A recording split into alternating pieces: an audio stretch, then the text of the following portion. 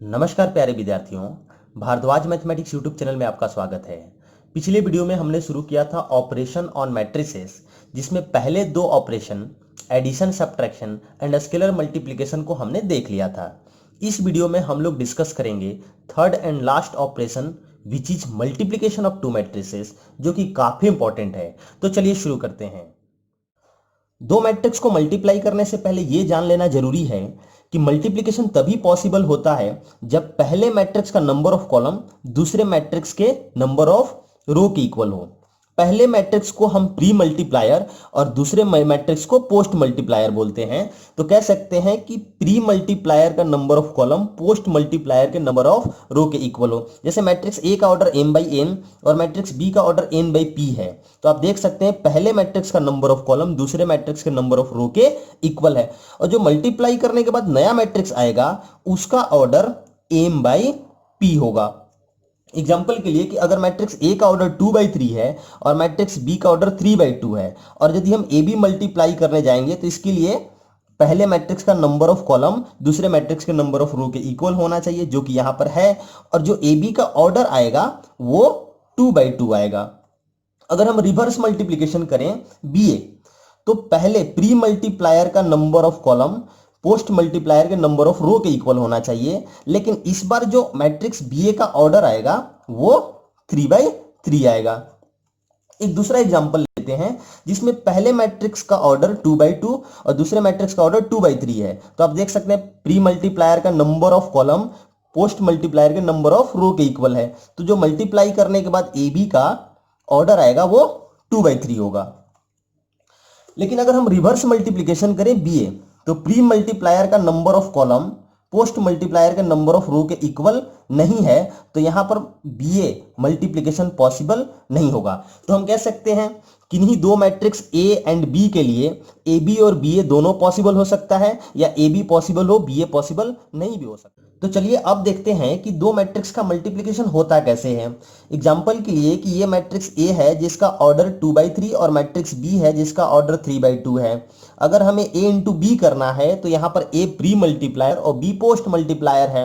आपको दिख रहा है कि प्री मल्टीप्लायर का number of column post multiplier के नंबर ऑफ रो के इक्वल है, तो यहाँ पर ए बी पॉसिबल होगा, और जो ए बी का ऑर्डर आएगा वो 2/2 होगा। मल्टीप्लाई कैसे करते हैं? हमेशा रो बाई कॉलम मल्टीप्लीकेशन होगा। पहले मैट्रिक्स के आप रो को मार्क कर लीजिए, ये R1 है, ये R2 है। ये दूसरे मैट्रिक्स का कॉलम 1 C1 है और ये कॉलम 2 C2 है। तो हमेशा पहले मैट्रिक्स के रो R1 को दूसरे मैट्रिक्स के कॉलम 1 C1 के साथ मल्टीप्लाई करना होगा, फिर R1 को C2 के साथ मल्टीप्लाई करना होगा, उसके बाद R2 को C1 के साथ मल्टीप्लाई कीजिए, उसके बाद R2 को C2 के साथ मल्टीप्लाई कीजिए। एग्जैक्ट मल्टीप्लिकेशन क्या होगा वो तो हम एग्जाम्पल के थ्रू देखेंगे। अगर हमें इनका रिवर्स मल्टीप्लिकेशन b इंटू ए करना हो तो b प्री मल्टीप्लायर है और a पोस्ट मल्टीप्लायर है। यहां पर b प्री मल्टीप्लायर का number of column post multiplier के नंबर ऑफ रो के इक्वल है, लेकिन जो बी ए का ऑर्डर आएगा वो इस बार 3/3 होगा।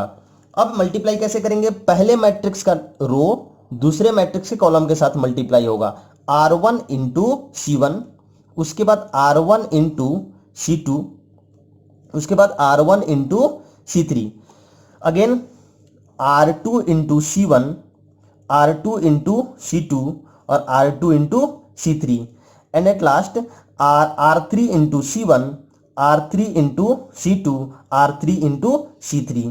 कुछ इस प्रकार से मल्टीप्लिकेशन होता है। तो चलिए एक बार मैट्रिक्स मल्टीप्लिकेशन को हम डिफाइन कर लेते हैं। If A and B be any two matrices, then their product AB will be defined only when the number of column in A is equal to number of row in B। अगर A का order m by n है तो B and B का order n by p है, तो आप देख सकते हैं कि number of column in pre multiplier is equal to number of row in post multiplier, और जो ऑर्डर आएगा वो आएगा m by p। वो कैसे होता है? रो बाई कॉलम मल्टीप्लिकेशन से। इसकी कोई मतलब नहीं है, एग्जाम्पल से आपको क्लियर होगा। जैसे ए मैट्रिक्स दिया हुआ है और ये बी मैट्रिक्स है। ए का ऑर्डर क्या है? 2/3 और बी का ऑर्डर 3/2। अगर हम ए बी करने जाएंगे तो कुछ इस प्रकार से कि number of column in matrix A is equal to number of row in matrix B होना चाहिए, जो कि है। और जो ए बी का ऑर्डर आएगा वो 2 by 2 आएगा। अब मल्टीप्लीकेशन होगा कैसे? पहले मैट्रिक्स का रो दूसरे मैट्रिक्स के कॉलम के साथ मल्टीप्लाई होना चाहिए। 1 into 1 plus 4 into 2 plus 2 into 1, R1 into C1 हो गया। अब R1 into C2 होगा 1 into 2 plus 4 into 2 plus 2 into 3। अब R1 का काम हो गया। अब R2 का C1 के साथ 2 into 1 plus 3 into 2 plus 1 into 1। अब R2 का C2 के साथ 2 into 2 plus 3 into 2 plus 1 into 3। ऐसे करने के बाद जो ए बी आ रहा है वो 11, 16, 9 और ये 13, जिसका ऑर्डर आप देख सकते हैं 2 by 2 है। अगर हमें रिवर्स मल्टीप्लीकेशन करना है बी ए, तो इस बार बी का ऑर्डर क्या था? 3 by 2 और ए का ऑर्डर है 2 by 3। तो जो ऑर्डर आएगा बी ए का वो 3 by 3 होगा। अब कैसे करेंगे? रो बाई कॉलम। ये R1 का C1 के साथ 1 into 1 प्लस 2 into 2। उसके बाद R1 का C2 के साथ 1 into 4 प्लस 2 into 3। R1 का C3 के साथ 1 into 2 plus 2 into 1। Similarly R2 का C1 के साथ, R2 का C2 के साथ, R2 का C3 के साथ, एंड फाइनली R3 का C1 के साथ, R3 का C2 के साथ, R3 का C3 के साथ। हमेशा रो बाई कॉलम होगा। ऐसा करने से जो मैट्रिक्स बी आ रहा है वो कुछ इस प्रकार से है और इसका ऑर्डर 3 by 3 है। तो चलिए मैट्रिक्स मल्टीप्लिकेशन के ऊपर क्वेश्चन देखते हैं। पहला क्वेश्चन है find A B and B A का ऑर्डर 2 by 3 और बी का ऑर्डर 3 by 2। तो अगर हम ए बी निकालने जाएंगे तो ए का ऑर्डर पहले रख लो आप, बी का ऑर्डर बाद में। तो जो ए बी का ऑर्डर आएगा वो 2 by 2 आएगा। बी ए के लिए बी का ऑर्डर पहले लिखिए, ए का ऑर्डर बाद में। तो जो बी ए का ऑर्डर आएगा वो 3 by 3 आएगा। तो देखते हैं ए बी 2 1 2 1 2 4 इंटू 4 1 2 3 1 2। मल्टीप्लिकेशन कैसे करना है? रो बाई कॉलम। पहले मैट्रिक्स का रो दूसरे मैट्रिक्स के कॉलम के साथ। तो 2 into 4 प्लस ये R1 है और ये C1 है। 2 into 4 plus 1 into 2 plus 2 into 1। फिर R1 का C2 के साथ 2 into 1 plus 1 into 3 plus 2 into 2। उसके बाद R2 का C1 के साथ तो 1 into 4 plus 2 into 2 plus 4 into 1। उसके बाद R2 का C2 के साथ 1 into 1 plus 2 into 3 plus 4 into 2। तो ये जो आ रहा है ये आएगा 8 plus 2 10 plus 2 12, 2 plus 3 5, 5 and 4 9, 4 plus 4 8, 8 and 4 12, 1 6 7, 7 और 8 15। अब देख सकते हैं मैट्रिक्स ए बी का ऑर्डर क्या आ रहा था? 2 by 2 आ रहा था। अब बी ए के लिए बी को पहले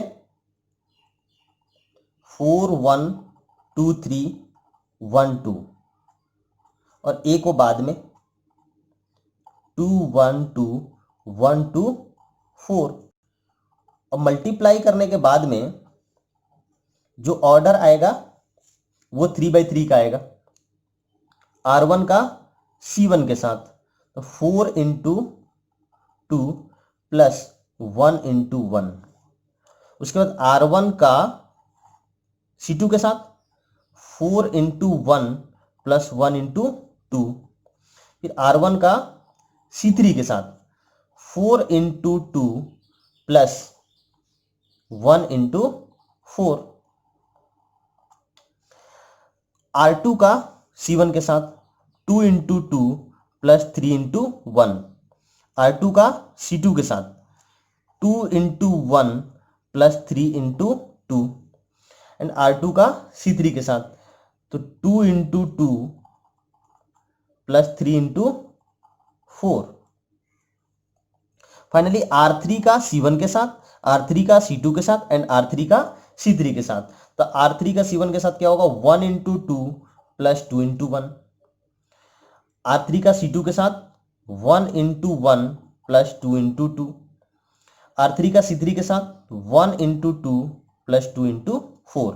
ऐसा करने से ये एक 3x3 ऑर्डर का मैट्रिक्स मिल रहा है। ये फर्स्ट क्वेश्चन का सेकेंड पार्ट है, इसमें ए बी एंड बी ए निकालना है। पहले तो ए बी, ए का ऑर्डर कितना है 2x2 और बी का ऑर्डर 2x3। ए बी के लिए 2x2 और 2x3 को लिखो, ये इक्वल है, ए बी पॉसिबल होगा और उसका ऑर्डर 2x3 आएगा। बी ए के लिए बी का ऑर्डर पहले लिखिए, ए का ऑर्डर बाद में, ये इक्वल नहीं है तो बी ए पॉसिबल नहीं होगा। तो चलिए हम ए बी निकालते हैं।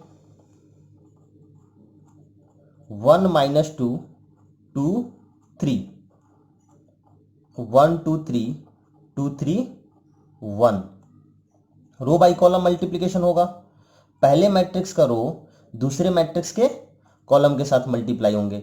ये R1 है, सबसे पहले C1 के साथ मल्टीप्लाई होगा। 1 इंटू 1 प्लस -2 इंटू -2, तो वो जो होगा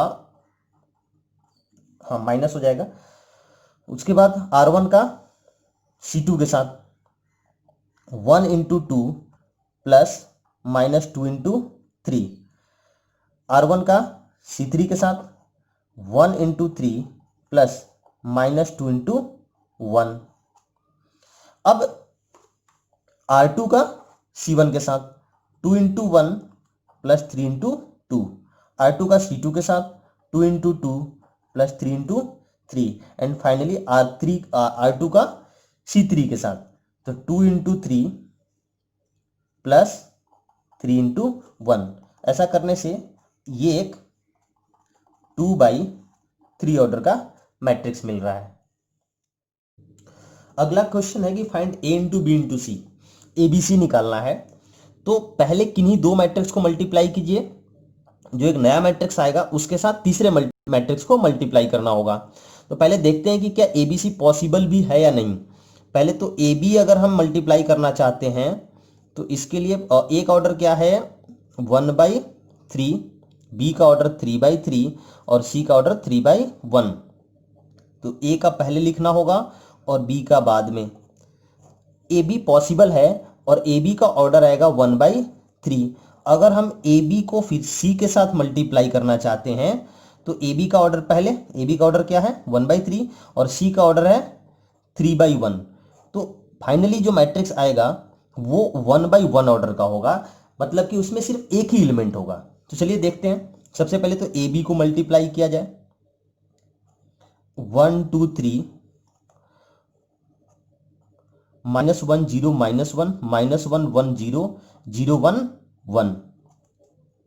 रो बाई कॉलम मल्टीप्लिकेशन होगा R1 का C1 के साथ, तो 1 इंटू -1 तो वो -1 होगा, प्लस 2 इंटू -1 -2 होगा, प्लस 3 इंटू 0 0 होगा। उसके बाद 1 इंटू R1 का C2 के साथ 1 into 0 0 plus 2 into 1 2 plus 3 into 1 3। फिर R1 का C3 के साथ 1 into -1 plus 2 into 0 0 plus 3 into 1 3। तो यहाँ से जो फाइनली AB मैट्रिक्स आ रहा है वो है -1 प्लस -2 -3, 2 प्लस 3 5 एंड -1 प्लस 3 कितना होगा 2। अब हम AB को C के साथ मल्टीप्लाई करना चाहते हैं तो AB क्या है -3 5 2 और C क्या है 1 0 1। तो R1 का बस C1 के साथ मल्टीप्लिकेशन हो जाएगा। -3 का 1 के साथ करेंगे तो -3, प्लस 5 का 0 के साथ करेंगे तो 0, प्लस 2 का 1 के साथ 2। तो ये आ रहा है फाइनली आपका -1, जो कि 1/1 ऑर्डर का एक मैट्रिक्स है। अगला क्वेश्चन है मैट्रिक्स मल्टीप्लिकेशन का, जिसमें x का वैल्यू फाइंड आउट करना है और इसमें 3 मैट्रिक्स का मल्टीप्लिकेशन 0 दिया है, then find the value of x। तो पिछले क्वेश्चंस की तरह पहले हम 2 मैट्रिक्स को मल्टीप्लाई करेंगे, उसके बाद तीसरे मैट्रिक्स के साथ मल्टीप्लिकेशन होगा। तो वो एक 1 by 1 ऑर्डर का मैट्रिक्स आ रहा है और ये 0 के इक्वल है, तो फाइनली इसका जो एलिमेंट है वो 0 होगा। ऐसा करने से x का वैल्यू -2 और x का वैल्यू -14 आ रहा है।